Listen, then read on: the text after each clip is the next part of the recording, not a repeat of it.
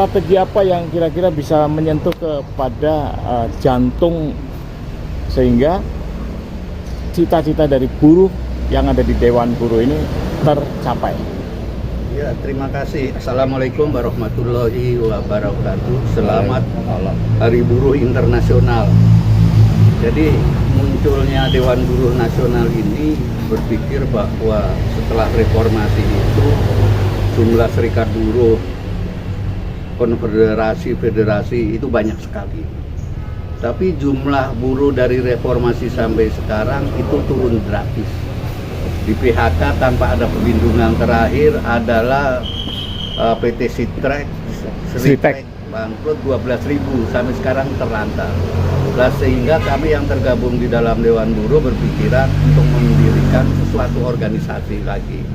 Karena dari evaluasi kami bahwa serikat buruh, federasi, konfederasi yang ada ini tidak bisa melindungi anggotanya, tidak bisa melindungi kaum buruh, tidak bisa melindungi kaum pengusaha, sehingga bangkrut, semua bangkrut. Tidak ada perusahaan yang bisa bertahan.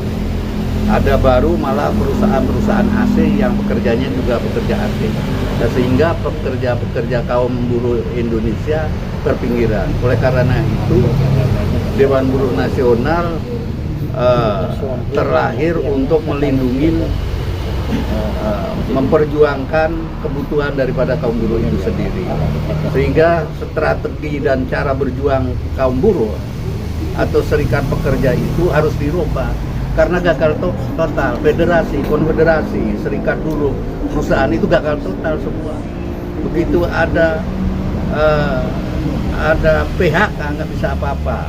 Di samping itu regulasi yang ada, undang-undang yang ada itu juga tidak jelas. Sehingga Dewan Buruh dengan putusan MK tentang Judicial Review Undang-Undang Cipta Kerja nomor 168 tahun 2003, kita akan kawal. Karena DPR dan pemerintah dikasih tugas selama 2 tahun harus sudah lahir undang-undang baru pengganti undang-undang Cipta Kerja. Nah, Dewan Buruh akan mengawal ke sana. Karena kalau undang-undangnya aja tidak berpihak pada kaum buruh, bagaimana melindungi kaum buruh?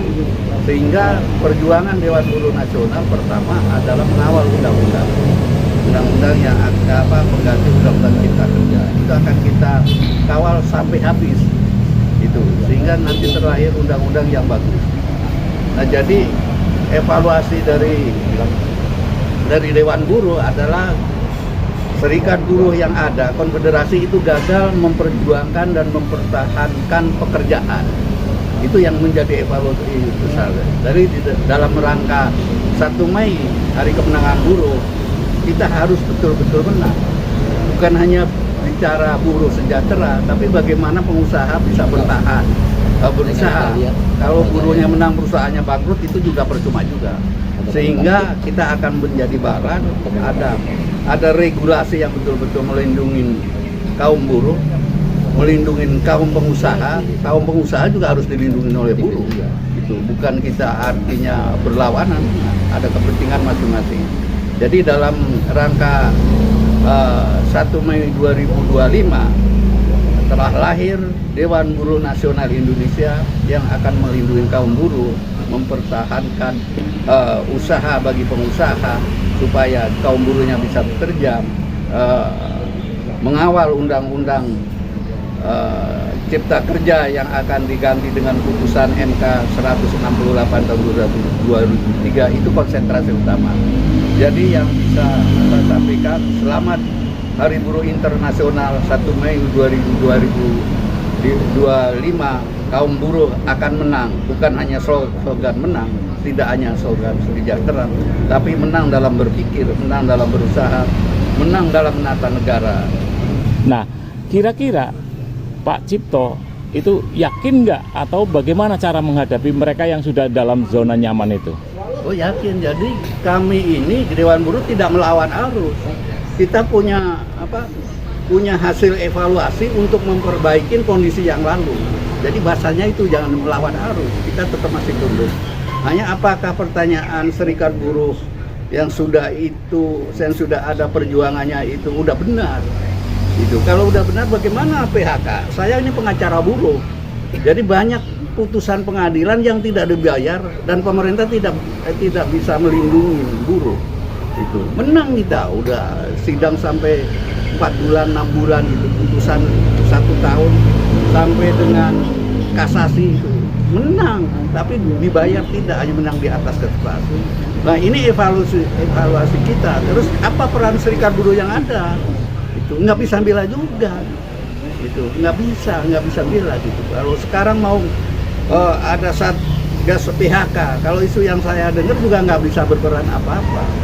Regulasinya kalau nggak dirubah, jadi jangka pendeknya harus menggolkan pengganti Undang-Undang Cipta Kerja yang bisa melindungi dan mensejahterakan kaum buruh. Dan peran serikat buruh yang sudah ada harus evaluasi diri, introspeksi lah. Apakah udah benar? Gitu. Apakah udah pas kita membela seperti yang dulu? Yang jelas kasus-kasus PHK bagi kawan-kawan yang advokasi di buruh itu tahu. Putusan menang, banyak kita putusan menang. Tapi tidak ada yang dibayar. Itu perusahaannya kabur atau ada juga peran pemerintah, tidak ada keberpihakan terhadap kaum buruh yang ter-PHK. Itu mau gimana ini?